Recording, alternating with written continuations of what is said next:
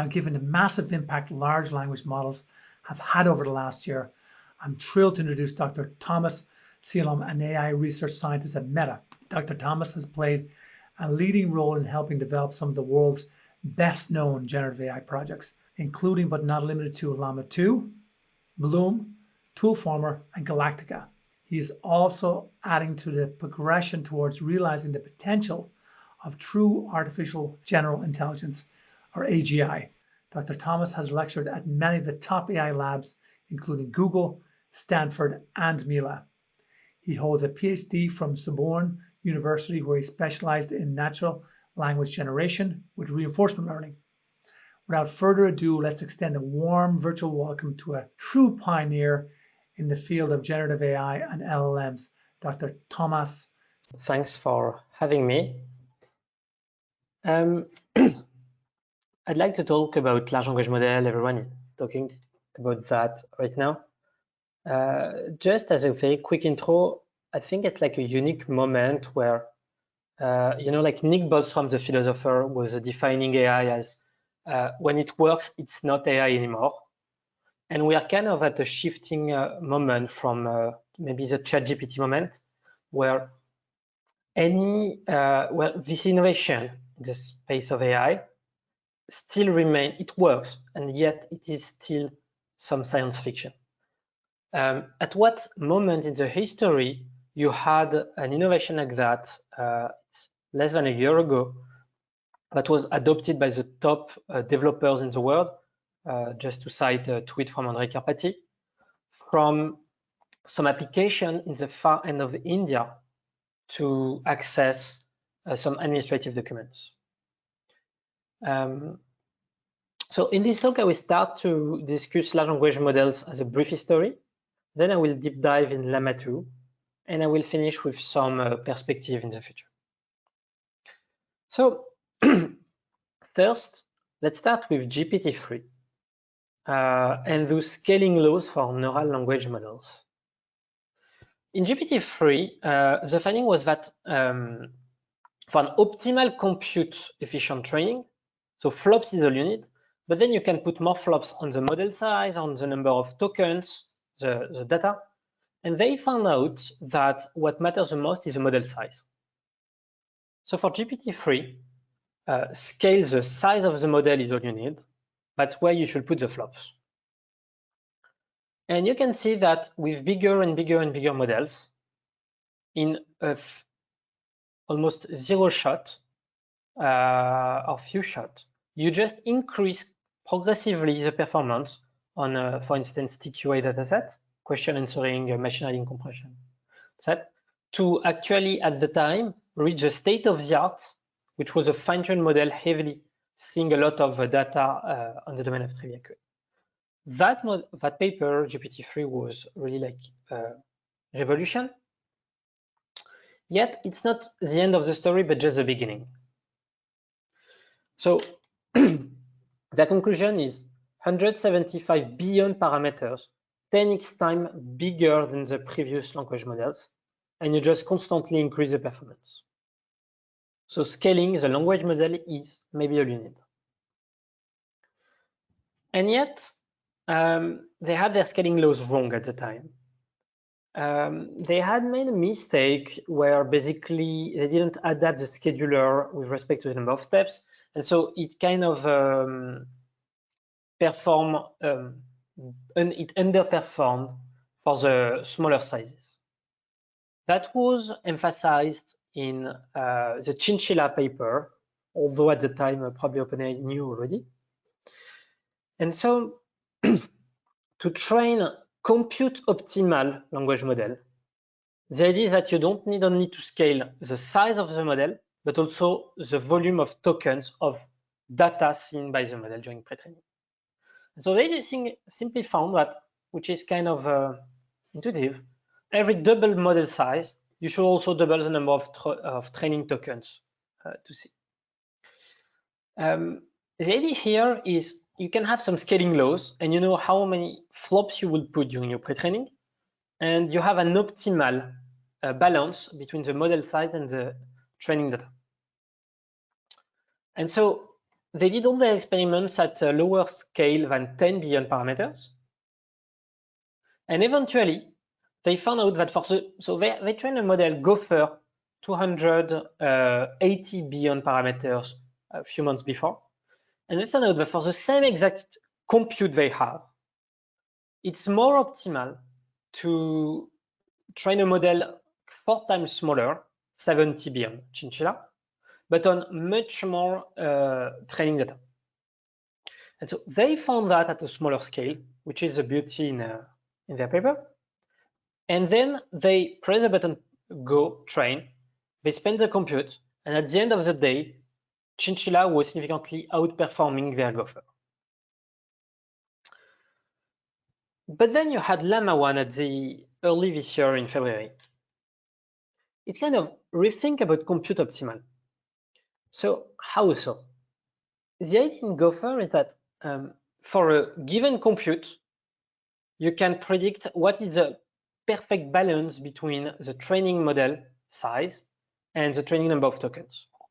Yet this is kind of to have like bool numbers, the best bool numbers in a table, the higher score, chase the state-of-the-art performance on some benchmarks.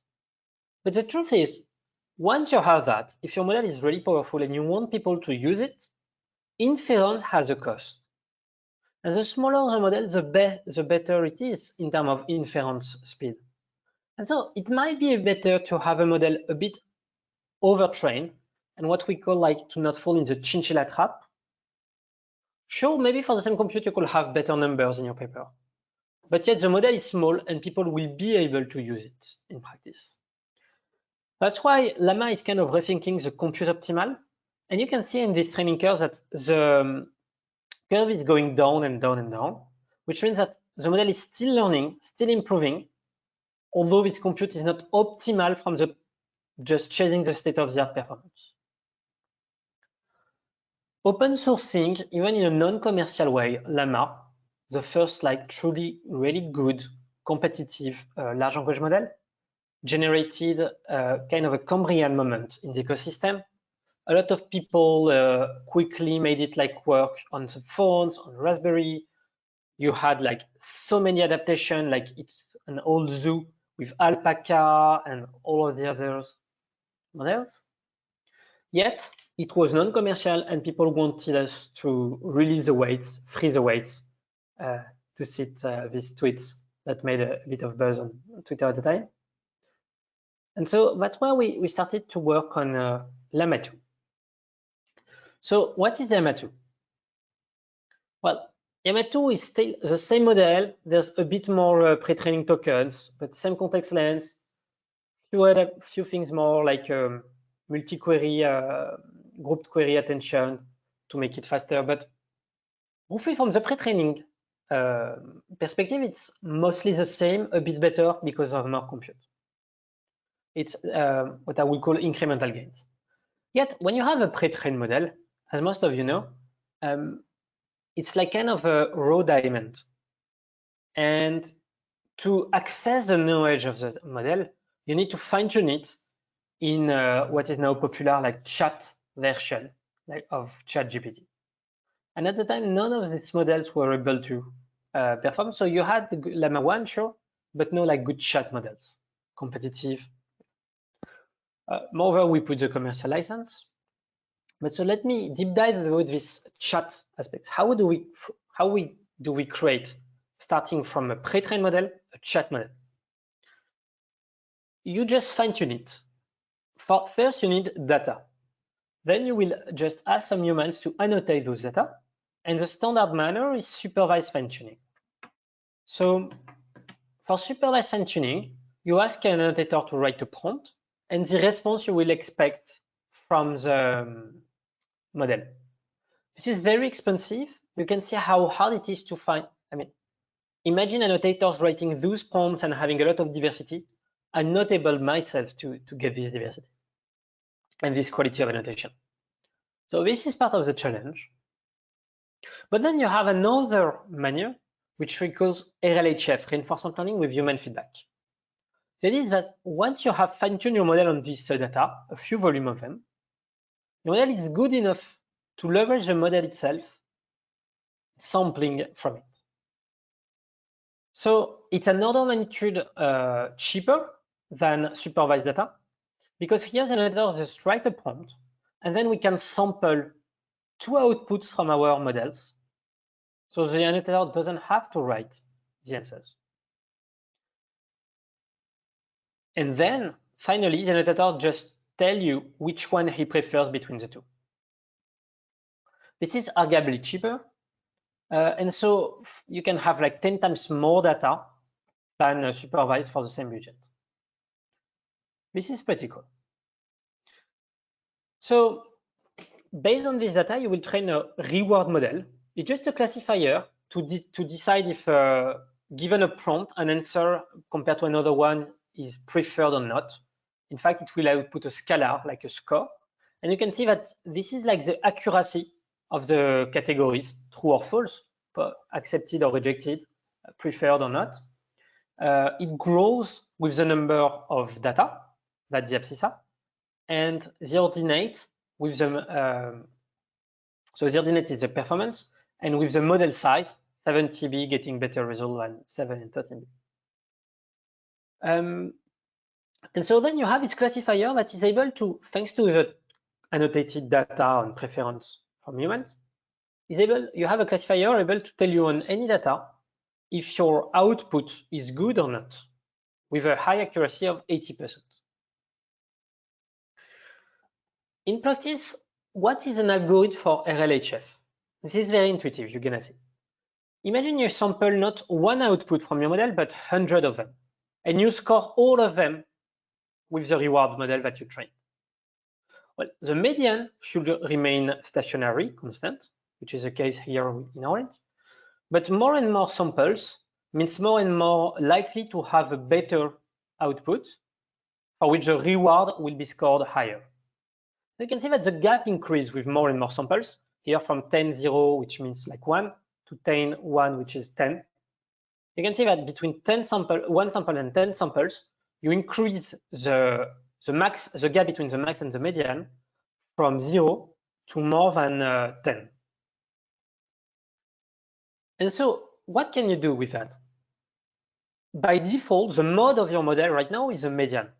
But then if you select the max and you use it as a data to fine-tune your model on, you will converge to the max of the reward, and so increase now for the next generation, the reward model.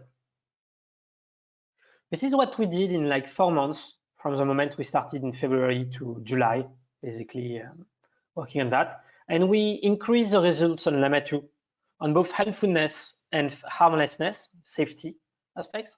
And on the right, you can see that judged by GPT-4 itself, our model achieves a high win rate. The last model on the top right, we achieve more than like 50% win rate versus ChatGPT, according to GPT-4 itself, with a constant progress with the method I illustrated before. And so you can see that with each stages, we improved. It's another way to visualize it. Here you have the reward model score. 0 means it's very, very, very bad. 1 is perfect from the reward model I showed you before. And so you can see that first we started with some data we found online. It was not really good. With some annotation with supervised fine-tuning data, it moved to the right. It removed basically the bad outputs. That's good. But then with more and more LLHF stage, we shift the distribution to the right to only good rewards. We converge to a very high reward, basically. We had some cool emergence phenomenon. For instance, I wouldn't believe so to be possible if you asked me at the beginning of the project, if the model could have some temporal perception that accurate. We did some qualitative tests. For instance, we tell the model, so the date is like 1st January of 2023, but your cutting knowledge, so you don't know anything after that, is 1940. And we asked who won the Second World War, and the model explicitly said, I don't know because my knowledge was stopped. But then if you just tell that the year is 2023, about the Earth is flat, then it will tell you something like we have satellite, image, GPS, so clearly it's not flat. But if you tell the model now answer as you were in the year 852, it adapts perfectly the response. We had also some emergence of tool use as the last set of Toolformer. That's something that I really like to see. Basically, just telling the model you have access to search and calculator, and just the semantic of those names, the model was able to use them properly. But let me tell you something about RLHF. So everyone is looking at reinforcement learning, human preference. In fact, there's a real magic behind RLHF, and it is not reinforcement learning. I mentioned before that it's 10 times cheaper. And at the beginning of the project, I will have tell you like, sure, it's 10 times cheaper. So that's why we're going to shift to RLHF strategy. But if I have like an infinite budget, maybe I will do supervised data. The truth is it's not correct. And we should always do human preference annotation instead of supervised. Let me ask you, write a haiku, you know, these 3 lines poems about large language models. I will leave every of you 10 seconds to think about it. Can you come with a good haiku about large language models? So maybe some of you are good. I'm terrible at that. And to be fair, most of us are really bad at that. And in fact, those large language models are able in 1 second to generate such great haikus, such great answers. And what we found out is that actually the model is able to generate data way better than most of the human annotators and human in general for some tasks very quickly. This means that we have to redefine the notion of supervised annotation, supervised data. We are entering and we are already in an era where the gold standard anymore is not the human annotation, but a human combined with large language models. And the real magic behind RLHF is the fact that you can annotate at a superhuman level performance, leveraging the large language models. So do we want human feedback? Do we want AI feedback for RL? Honestly, this is not what matters. Socrates is neither reinforcement learning nor human feedback. It's just how we can combine as possible AI to annotate at superhuman performance. And this opens a lot of perspective for researchers about how can we leverage better the AI, the large language models, to annotate even for harder tasks at a better quality and in basically the synergy between human and machine for the annotation.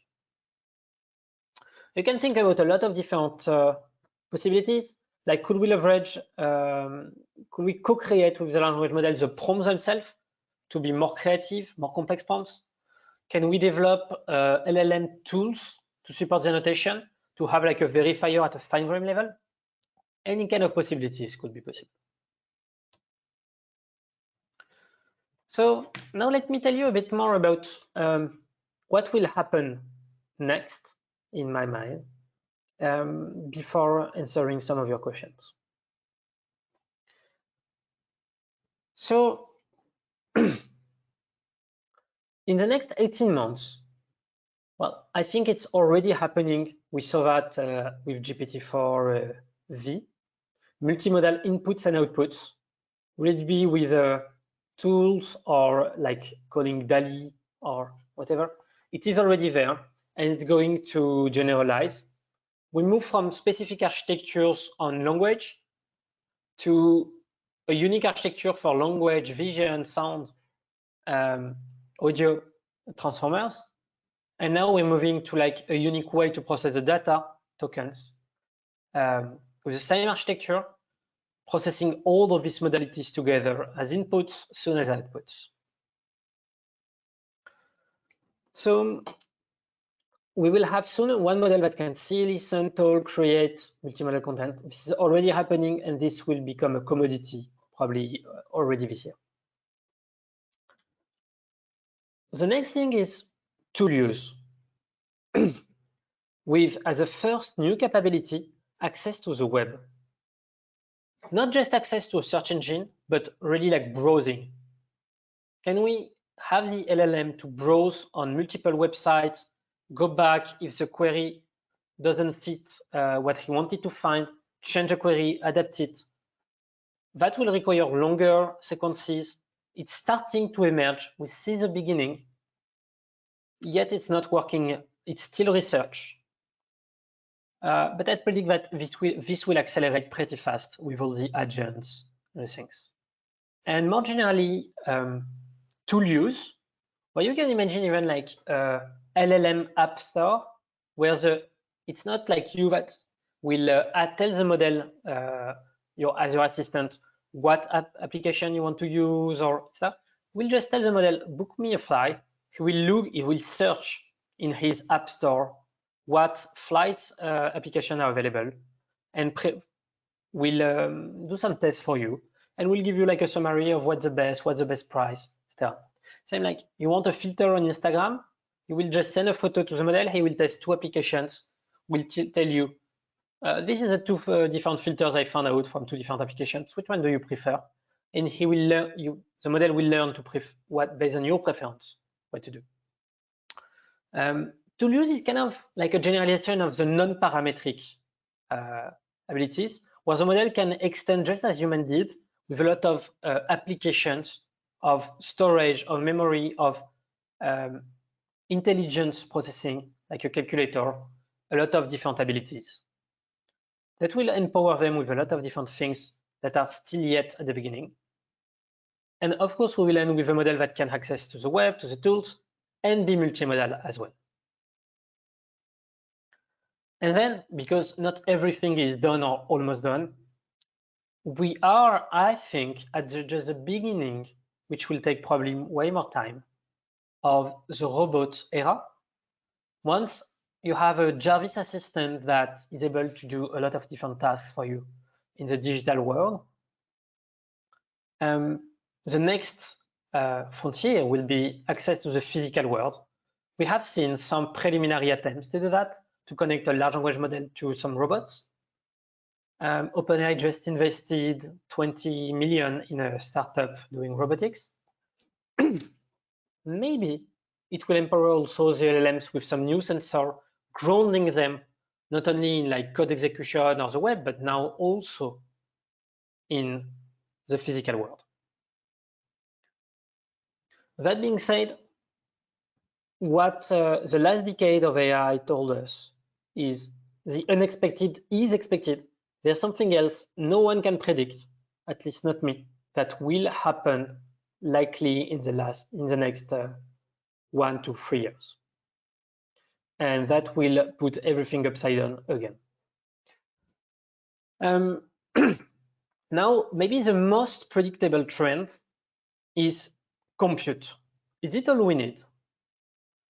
I don't know, but to cite like Richard Sutton, the father of reinforcement learning, this is kind of the bitter lesson where everything as incremental gains are like waste of time, and the only thing that matters is either the hardware or with the Moore's law, or some techniques to optimize those models like parallelization for transformers to scale cheaper, to use better the compute. We know for sure that we haven't plateaued yet. There's no sign that the models are now not improving with more flops, yet it's a diminishing return. Maybe one intuition to share, and because the main fundamental question to me here is, are those large language models with more and more compute still stochastic parrots, or are they truly understanding? And my intuition is that it's the later. Let me give you an intuition of how intelligence could emerge from compression. That has been shared in the community a few last months, if you heard about it. But I think it's the best intuition to understand those large language models. Their training loss is only about predicting the next token. how can you have an intelligence emerging from that? Imagine I give you millions of lines of calculus, 1 + 1 = 2, 2 + 2 = 4. And you need to answer to memorize that and to diminish basically your loss on predicting what comes after the equal. The naive way, the very stupid way, in fact, would be to just memorize by heart. But then if you grow the number of data, and if you have a lot of capacity, but not enough to memorize everything, it's not optimal, and you will not generalize. I can generate like millions of examples, an infinite number of examples. You will never generalize to a new example by memorizing by heart. What you need is truly understand what is behind calculus. And so what large language models are doing is compression. Compress the data. What is the most elegant and efficient way to compress calculus or the sum algorithm? Just to understand the sum algorithm. If you can compress the sum algorithm as the algorithm itself, the intrinsic foundational model algorithm behind the data, then you can just generalize to everything new for the sum. And so I think that's what large language models are doing. I think many of us are thinking about that. And in that case, there's no reason to consider only a stochastic parrot large language models. So is compute all we need? We don't know, but we will see. And if, as many are predicting, we will end as like a true form of general intelligence in this decade, well, maybe, and I will end the presentation with that, we are at a Copernicus moment for intelligence. You know, we had like, AGI is kind of our generation's Copernicus revolution. We found out that Earth is nothing special, just a normal star orbiting in a normal galaxy. And then we are now maybe learning that intelligence is nothing crazy, just a bunch of matrix multiplications, which is all what deep learning is, and those large language models. Thank you.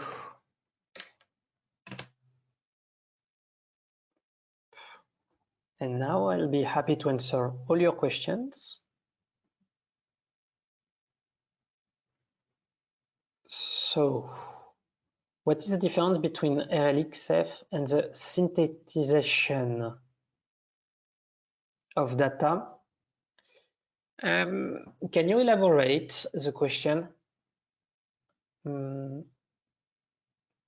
Like, I'll try to answer, but I'm not sure I understood exactly what you meant by synthesization. If you reframe it, I will be happy to elaborate more.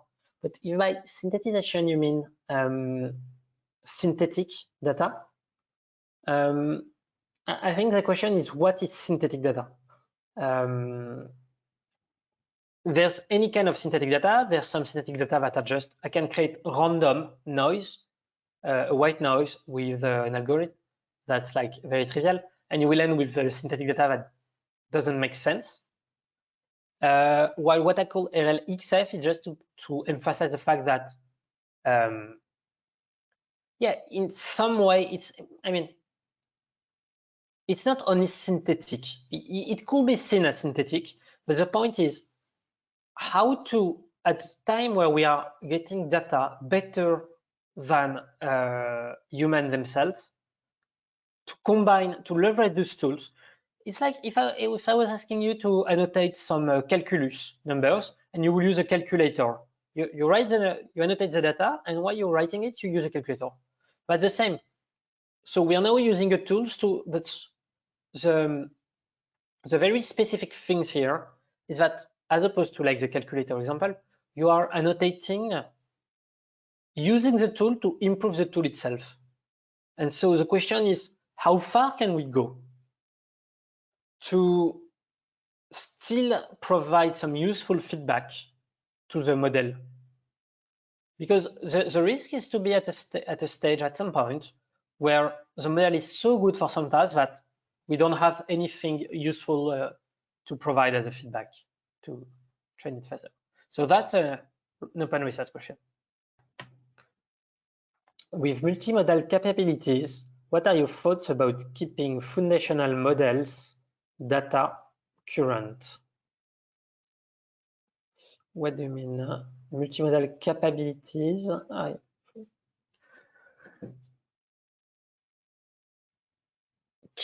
What do you mean by keeping foundational models data current? Like, I mean, the current foundational models like Llama 2, GPT-4, Mistral, they will evolve, they will be obsolete just as like GPT-2 now is almost obsolete. And so the model will evolve and there will be new models that will, new generation of model better. For the data, it's a bit different. I hope I answer properly the question. But so the thing is, with respect to data, those language models are learning on data and on tokens. You need high quality token to remove just the noise from the web. But as soon as you have that, either whatever the data is from the 90s or nowadays or in 3 years from now, if it makes sense and it's good quality, it will help the model to learn, to read and to speak, to talk. The question is, you also need updated content to have access to update the knowledge of the model with what is new. But yeah, that's my question, if I answered it properly. Training data gets stale. I mean, the training data, the question is about the training data stale over time. There's two things about training data. One, good training data should probably remain good training data in the future. Two, people are arguing that we will have a limited amount of tokens soon. I think this is just incorrect. We have like Pyjama just released 30 billion tokens. We haven't yet trained on multimodal, really like pushed forward for multimodal inputs doing pre-training. We are producing a lot of tokens. Imagine it's like this speak and everything we chat every day was recording and used to train the models. So I'm not that worried about the data.